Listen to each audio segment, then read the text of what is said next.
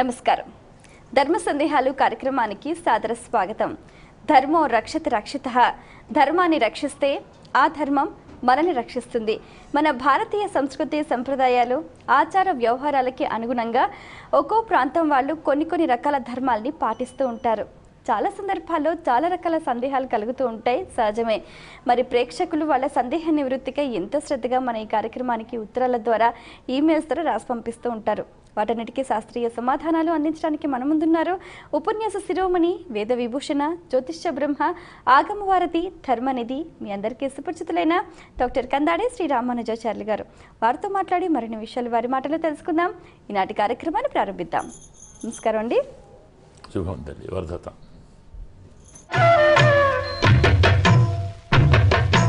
మొదటి ఉత్తరం చూద్దామండి. ఈమెయిల్ ద్వారా బెంగళూరు నుంచి శేఖర్ రాస్తున్నారు. ఏదైనా కార్యం ప్రారంభించినప్పుడు అపశకునాలు ఎదురవుతే నిలిపివేయాలా, తెలియచేయగలరు అంటూ రాస్తున్నారు. పురాణాలు, ఇతిహాసాలు, ధర్మశాస్త్రాలు అన్నీ వేనోళ్ల కొనియాడాయి. వేల సార్లు చెప్పాయి. ఏ పని ప్రారంభించే ముందైనా ఇష్టదైవాన్ని ప్రార్థించి ప్రారంభించాలి. తదేవ లగ్నం సుదినం తదేవ, తారాబలం చంద్రబలం తదేవ, విద్యాబలం దైవబలం తదేవ, లక్ష్మీపతే తేంగ్రియుగం స్మరామి. పరమాత్మ పాద పద్మాలను స్మరించిన వాడికి అపశకునం ఎలా వస్తుంది అంటే అర్థం ఏంటి? అపశకునం అంటే నీవు చేయబోయే పని పూర్తి కాదు, అడ్డంకులు వస్తాయి, ఈ సమయం మంచిది కాదు, అనుకున్న ఫలితం నెరవేరదు, నీకు ప్రమాదం రాబోతున్నది అంటే అర్థమేమిటి? నీవు ప్రారంభించిన సమయంలో నీ పూర్వజన్మ పాపము అడ్డు వచ్చి నిలబడుతున్నది. ఎందుకు వస్తాయి విఘ్నాలు? పాపంతోటే కదా. మనము ఇదివరకు జన్మలో చేసిన పాపాలు, మరి ఈ జన్మలోని పాపాలు మనకు విఘ్న రూపంలో వస్తాయి. విఘ్న రూపేణ సంయాంతి పాపాని పరమేశ్వర, విష్ణు పురాణం చెప్తుంది. కాబట్టి నీ పాపం అడ్డు రాబోతున్నదిరా నాన్న, దాన్ని పోగొట్టుకో. ఆకలి కావటం లేదు, అన్నం తినాలని కోరిక ఉంది, ఏం చేయాలి? ఆకలి ఎందుకు కావటం లేదు? అదో జబ్బే, దాని మందు తీసుకో, డబ్బు పోతుంది, ఆకలి అవుతుంది, అన్నం తింటా. అలాగే నీకు ప్రమాదం కలిగించేది పాపమే కదా, దాన్ని పోగొట్టుకో. ఎలా పోతావు? హరినామస్మరణతోటి. ప్రాయశ్చిత్తాని అశేషాని తపః మూలక్రియాదిషు. తపము, జపము, ప్రాయశ్చిత్తము ఇవన్నీ విష్ణోహ అనుస్మరణం పరం. నిష్ఠదైవాన్ని ప్రార్థించుకో. అందుకే మనకు ప్రాచీనులు చెప్తారు, ప్రయాణానికి బయలుదేరే ముందు మనకు వాల్మీకి రామాయణంలో సుందరకాండ ఉంటుంది. హనుమంతుడు సీతమ్మను వెతికాడు, లంకంతా దొరకలేదు. ఏం చేయాలి? నమోస్తు రామాయ సలక్ష్మణాయ దేవేజ తస్యై జనకాత్మజాయై, నమోస్తు రుద్రేంద్రయమానిలేభ్య, నమోస్తు చంద్రార్కమరుద్గణేభ్య. నమస్కారం చేశాడు. రామ నమస్కారము, లక్ష్మణ నమస్కారము, సీతమ్మ నమస్కారము చేశాడు. వెంటనే కనపడింది కదా. పాపం పోవాలంటే పరమాత్మ నామ సంకీర్తన చెయ్యండి. ఒక పని ప్రారంభించడమే కాదు, మన జీవనం అంతా దానితోటే. పక్క నుంచి లేచాము, కింద కాలు పెట్టాలి, ఏం చేయాలి? సముద్రవసనే దేవి పర్వతస్తన మండలి విష్ణుపత్ని నమస్తుభ్యం పాదస్పర్శం క్షమస్వమే. అమ్మా, నీ మీద కాలు పెడుతున్నాను, క్షమించు తల్లి. ప్రార్థించాలి. స్నానం చేసే ముందు ఏం చేయాలి? గోవిందేటి సదా స్నానం, గోవిందేటి సదా జపం, గోవిందేటి సదా ధ్యానం, సదా గోవింద కీర్తనం. ప్రతి పని ముందు పరమాత్మ నామ సంకీర్తనం చేస్తే విఘ్నాలు రావు, అపశకునాలు కలగవు, వచ్చినా పోతాయి. ఎవరు జ్ఞాపకం లేదు, గురువుగారి పేరు తలుచుకో సరిపోతుంది. దశరథ మహారాజు గారు ఉన్నారు, సీతా కళ్యాణం చేసుకొని వెళుతున్నాడు, అన్ని అపశకునాలే వచ్చాయి. గురువుగారు ఏం చేయాలి అన్నాడు. గురువుగారు నేను ఉన్నాను కదా, నమస్కారం చేసి సరిపోతుంది, ప్రమాదం ఏం లేదు, పెద్ద ఆపద రాబోతున్నది అని మనకు మృగాలు చెప్తున్నాయి, ఆపద పోతున్నది అని పక్షులు చెప్తున్నాయి. భయపడకు అని అభయం ఇచ్చాడు. అందువల్ల దైవస్మరణ, గురుస్మరణ ఇవి చేసుకుంటే అన్ని అపశకునాలు నశిస్తాయి. మరో ఉత్తరం చూద్దామండి. ఈమెయిల్ ద్వారా సురేష్ రాస్తున్నారు, మంగళసూత్రంలో నల్ల పూసల ప్రాధాన్యత ఏమిటి తెలియచేయగలరు అంటూ రాస్తున్నారు. ఇది ఆయా దేశీయ ఆచారం, ప్రాంతీయ ఆచారం. వాస్తవంగా మంగళసూత్రం అనే కాదు, చిన్నపిల్లలకు కూడా నల్ల పూసలు కడతారు మెళ్ళో. ఎందుకు? దృష్టి దోషం పోవాలి. దోషాన్ని పోగొట్టడానికి ఆ ఆభరణం అని పెడతాం. నలుపే కదా చెప్పుకున్నది. నల్ల పూస అంటే ఏం చేస్తుంది? తెల్లటి మనిషికి ఒక నల్లటి మచ్చ ఉంటే ఏమవుతుంది? బాగుంటుందా? బాగుండదు కదా. మరి బాగుండదు అనుకుంటే బాగున్నదన్న దోషం పోయింది కదా. మనం పాత రోజుల్లో, ఇప్పుడు అన్నీ మర్చిపోయాం, పసిపిల్లలకు చక్కగా స్నానం పోసి ఒళ్ళంతా పౌడరేసి కొత్త బట్టలు ఏదో మంచి బట్టలు కట్టుకొని బాగా అలంకారం చేసి ఓ చుక్క పెడతాం బుగ్గకు కదా, అరికారు చుక్క పెడతాం. ఎందుకు? దిష్టి దోషం పోతుంది. అంటే అబ్బా పిల్లవాడు ఎంత బాగున్నాడు అనకుండా అదేంటండి మచ్చ. దృష్టి ఆకర్షించకుండా ఉండటానికి దోషాలు పోతాయి. నలుపు అనేది దానికోసమే. వాస్తవంగా నలుపు తమో గుణం కదా, తెలుపు సత్వగుణం, ఎరుపు రజోగుణం. ఆ నలుపు ఎందుకు ధరించాలి అంటే ఇతరుల దృష్టి పడకూడదు.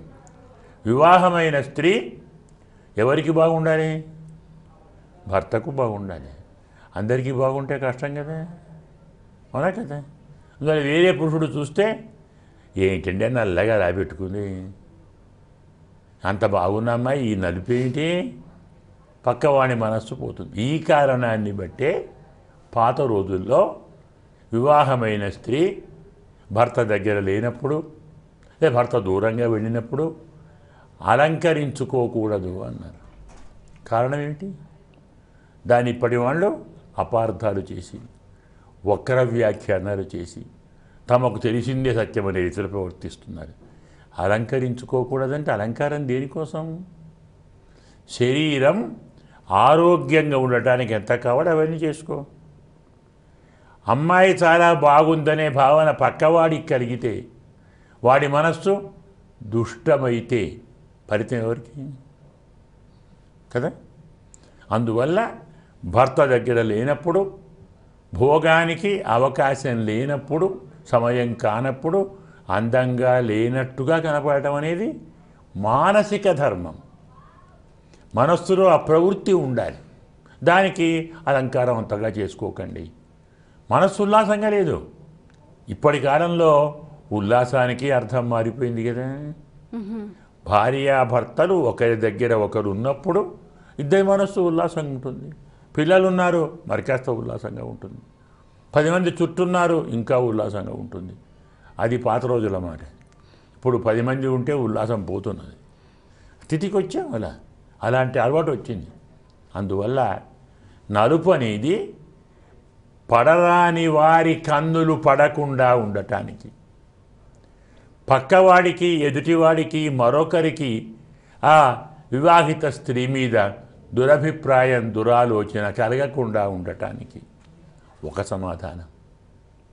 అలాగే మనకు తెలియకుండా వాతావరణంలో చాలా దుష్టశక్తులు ఉంటాయి. అవి నలుపును చూసి భయపడతాయి. వాటిని తొలగించుకోవటానికి ఇలా 2 కారణాలతో మనం నల్ల పూసలు ధరిస్తాం. అది రహస్యం. మరో ఉత్తరం చూద్దామండి. ఈమెయిల్ ద్వారా రాజమహేంద్రవరం నుంచి వాసు రాస్తున్నారు. భార్య గర్భవతిగా ఉన్నప్పుడు మాలధారణ చేయవచ్చా, తెలియచేయగలరు అంటూ రాస్తున్నారు. వ్రతం అనేది వాస్తవంగా భార్య గర్భవతిగా ఉన్నప్పుడు ఏ వ్రతాలు చేయకూడదు. ఏ వ్రతాలు, మనకు కొన్ని వ్రతాలు ఉన్నాయి కదా, అలాంటివి. వ్రతం అంటే నియమబద్ధంగా ఉండాలి. నియమబద్ధంగా ఉండాలంటే ఎలాంటి అశుచి మన దగ్గరికి రాకుండా ఉండాలి. మన మనస్సు అశుచి అయిపోతుంది. మనస్సులో ఒక రకమైన ఆందోళన ఏదో ఉంటాయి కదా. అందువల్ల గర్భవతిగా ఉన్నప్పుడు ఏ వ్రతాలు ఆచరించకూడదు. అయితే 2 వ్రతాలు మాత్రం చేయవచ్చు. ఒకటి ఏకాదశి వ్రతం, రెండవది శరణాగతి వ్రతం. ఈ వ్రతాలకు ఏ నిషేధము లేదు. అలా పెట్టుకున్నాం, మనం ఆచరిస్తాం తప్ప నిమిత్తంగా ఆచరించేటువంటి మాలాధారణ కానీ వస్త్రధారణ కానీ ఇలాంటివి ఆచరించకూడదనే శాస్త్రం చెప్పింది. మరో ఉత్తరం చూద్దామండి. ఈమెయిల్ ద్వారా హనీ రాస్తున్నారు. మంచంపై కూర్చుని భోజనం చేయకూడదా, తెలియచేయగలరు అంటూ రాస్తున్నారు. ఆ సందేహానికి అసలు ఆస్కారమే లేదు. ఎందుకంటే ఒక్కొక్క వస్తువు ఒక్కొక్క పనికి నియోగించబడింది. కుర్చీ మీద పడుకోవచ్చా? కుర్చీ ఎందుకు? కూర్చోటానికి. మంచం ఎందుకు? పడుకోవటానికి. పరుపు ఎందుకు? కాస్త మెత్తగా ఉండటానికి. మరి పడుకునే చోట తింటాను అంటే వంట ఇంట్లో ఏదో ఉంటుంది, డైనింగ్ టేబుల్, పడుకోవచ్చా? పడుకుంటున్నారు కొందరు మహానుభావులు. ఎందుకంటే భార్య అంటే చాలా ప్రేమట. ఒక చోట చూసాం మేము, గట్టిగా మందరించాం. భార్యతో మాట్లాడాలి, తను వంట చేస్తూ ఉంది. వీడు వంట అంటే వీడు కూర్చునే ఓపిక లేదు, పడుకున్నాడు టేబుల్ మీదనే. పడుకొని కబుర్లు చెప్తున్నారు. ఏం ప్రవృత్తి అది? మనము ఏ వస్తువు దేనికోసం ఏర్పరచబడిందో ఆ వస్తువుతో ఆ పని చేయాలి. మంచం అనేది పడుకోవటానికి, అక్కడ పడుకో, నిద్రపో. అతడు ఇంకో మాట చెప్తాడు, భోజనమే కాదు, పడుకోవలసిన అవసరం లేనప్పుడు మంచాన్ని తాకరాదని నిషేధం. ఎప్పుడు నీవు పడుకోవాలనుకున్నావో అప్పుడే కట్టువాం ఆశ్రయీత బుధ, మంచాన్ని అప్పుడే ఆశ్రయించాలి. కూర్చోవాలి అనుకుంటేనే ఆసనాన్ని ఆశ్రయించాలి. నడవాలి అనుకుంటేనే, అది కూడా అడవిలోనే అయితేనే పాదరక్షలు ఆశ్రయించాలి. కాళ్లకు అపాయం ఉన్నది అనుకున్నప్పుడే పాదరక్షలు ధరించాలి. ఇప్పుడు వాళ్ళు ఏం చేస్తున్నారు, ఒకసారి వేసుకుంటే మళ్ళీ ఇంటికి పోయేదాకా విడవరు. భోజనం చేస్తూ పాదరక్షలు వేసుకుంటారు. చూశాను చాలామందిని, చెప్పాం కూడా. అయినా కాళ్ళకి ఇప్పుడు అపాయం ఉందా ఏమన్నా? డైనింగ్ టేబుల్ ఉంది, కుర్చీ ఉంది, అక్కడ ప్లేట్ ఉంది, చేతులు ఖాళీగా ఉన్నాయి, కలుపుకుంటున్నావు, తింటున్నావు. కాళ్ళకి ఏం ఆపద వచ్చింది? వాటి పేరు ఏమిటి? అయ్యా పాదరక్షలు అంటే అర్థం ఏమిటి? పాదాలకు ఆపద వస్తుందనుకున్నప్పుడు అవి ధరించాలి. భోజనం చేస్తున్నప్పుడు పాదాలకు ఏం ఆపద వస్తుంది? లేదే. మరి ఎందుకు పాదరక్షలు?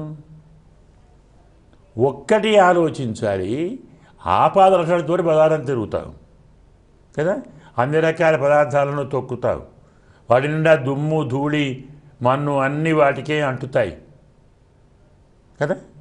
అవే కూర్చొని తింటే ఆ దుమ్ము, ఆ మన్ను, ఆ క్రిములు, ఆ కీటకాలు నీ భోజనంలో పడవా? నీ చేతిలో రావా? మరి సైన్స్ ఇదే చెప్పిందా? ఆచారం ఏం చెప్పినది?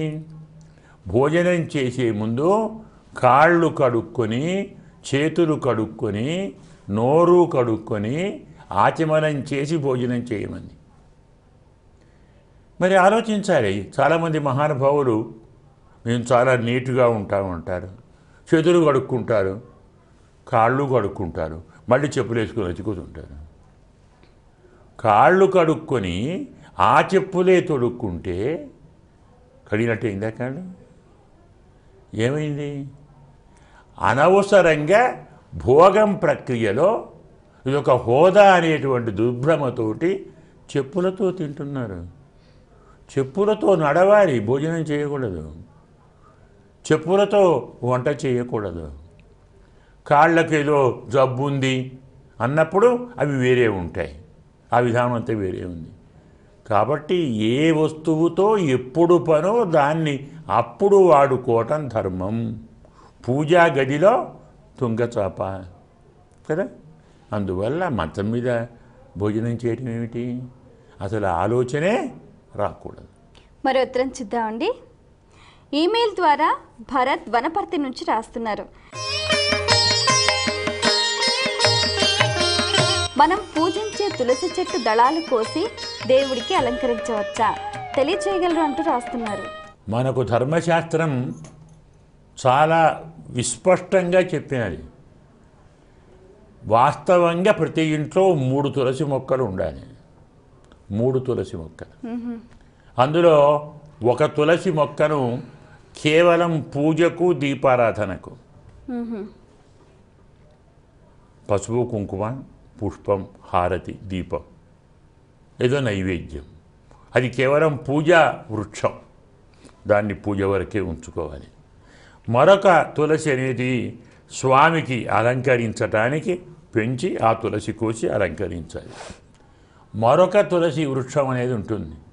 ఇది ప్రతిరోజు అందరూ పవిత్రంగా వాటికి నీళ్లు పోయాలి. అంటే తగ్గవాడికి పోయేదని అర్థం కాదు, తక్కిన వాటికి పోయాలి. కేవలం జలప్రదానానికి ఒక వృక్షం, పూజకు ఒక వృక్షం, అలంకారానికి మరో వృక్షం, ఇలా 3 తులసి మొక్కలు ఉంచుకోవాలి. ప్రాచీన కాలంలో మన ఇళ్లలో 4 దిక్కుల 4 ఉండేవి. మనకి ఇప్పుడు దిక్కులు లేవు, పెట్టుకునే ఓపిక లేదు. ఒక చెట్టుకే నీళ్లు పోసేవాళ్ళు లేరు. పెద్దలు అవన్నీ పెట్టుకున్నారు. అందరికీ తొందర కదా, అంతా బిజీ అంటారు. అందువల్ల 4 మొక్కలు ఉండటం న్యాయం, లేదా 3 ఉంచండి.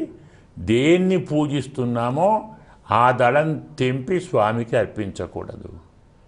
ఇక వేరే చెట్టు లేదు, పెరగటం లేదు, అదొక్కటే ఉంది అన్నప్పుడు దానికి ఒక శ్లోకం ఉంది. ప్రార్థన చేసి ఆ శ్లోకం చదివి అప్పుడు దళాలు తీసుకొని స్వామికి ఆరాధించాలి. అంటే అవకాశం లేనప్పుడు, రెండో మొక్క పెంచలేమనుకున్నప్పుడు పూజా మొక్క వేరు, అలంకారం మొక్క వేరు. అదే విధానం అందరూ. మరి ఉత్తరం చూద్దామండి. ఈమెయిల్ ద్వారా రామకృష్ణ విజయవాడ నుంచి రాస్తున్నారు.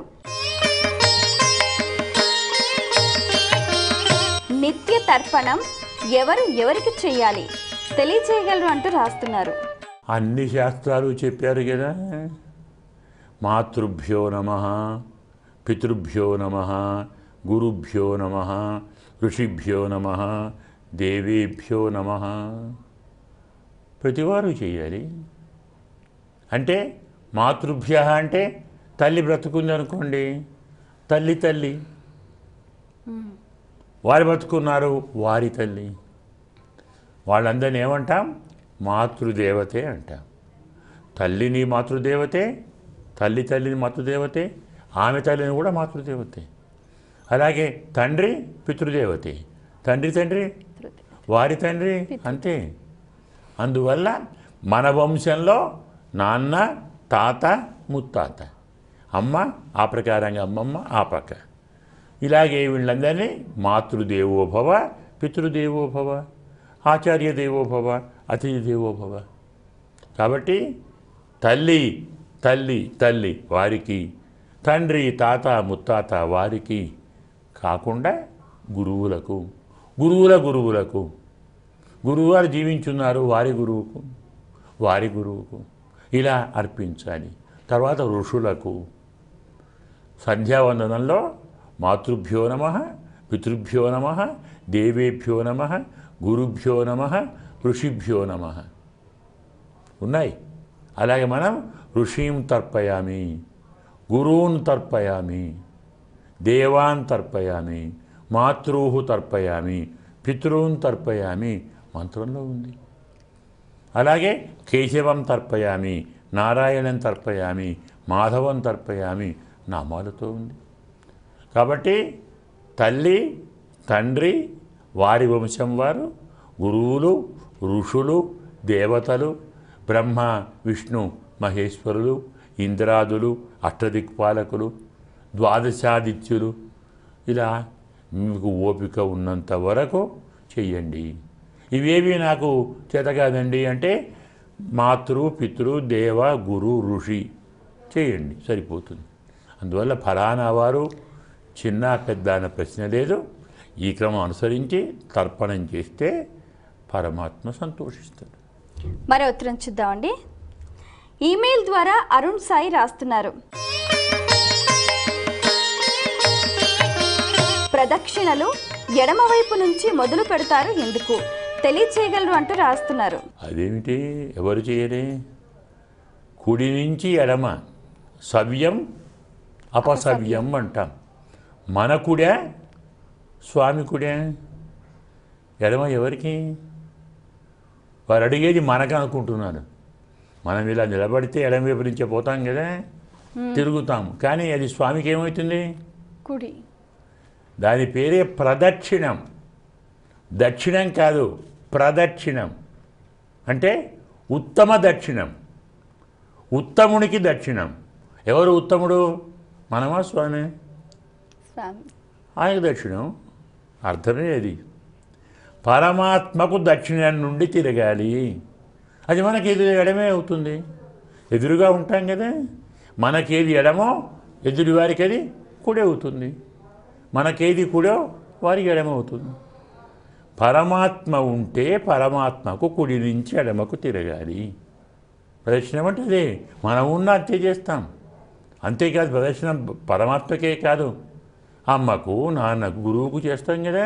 అందువల్ల దాని పేరే ప్రదక్షిణం. ఎదుటి వారి కుడివైపు నుంచి తిరగాలి, మన కుడివైపు నుంచి కాదు. అర్థమే అది. ఎందుకలా తిరగాలి? అదేం చేస్తున్నాం అంటే మనను మనం పరమాత్మకు అర్పించుకుంటున్నాం. నాన్నకు, అమ్మకు, తాతకు, ముత్తాతకు, తండ్రికి, గురువుకు, దైవానికి మన సకల ఇంద్రియ సేవను అర్పించుకుంటున్నాం. శరీరాన్ని అర్పించుకుంటున్నామంటే సకల అవయవాలు పరమాత్మ సేవకే. ఈ శరీరం స్వామి నీది, ఇది నీ సేవకని చెప్పడమే ప్రదక్షిణంలోని పరమార్థం. అందువల్ల పరమాత్మకు కుడి అని మనం చెప్పుకుంటే సమస్య తీరిపోతుంది. చాలా సంతోషం అండి. మీ అమూల్యమైన సమయాన్ని కేటాయించి మా ప్రేక్షకుల ధర్మ సందేహాలకు శాస్త్రీయ సమాధానాలు అందించినందుకు ధన్యవాదాలు. శుభంతల్లి వర్ధత. వీక్షించారు కదండి, ఇది ఇవాల్టి మన ధర్మ సందేహాలు కార్యక్రమం. మీకు కూడా ఏవైనా ఆధ్యాత్మిక ధర్మ సందేహాలు కలిగితే మా ఈ కార్యక్రమానికి మీ సందేహాలని క్లుప్తంగా, సూటిగా, స్పష్టంగా పోస్ట్ కార్డుపై లేదా ఈమెయిల్స్ ద్వారా రాసి పంపించండి. మా చిరునామా ధర్మ సందేహాలు, కేర్ ఆఫ్ భక్తి TV, road number 92, Jubilee hills, Hyderabad 5,96,000. మా ఈమెయిల్ ఐడి bhakti@gmail.com. మరో కార్యక్రమంలో మీ సందేహాలు మా పండితుల సమాధానాలతో మళ్ళీ కలుసుకుందాం. అంతవరకు సెలవు.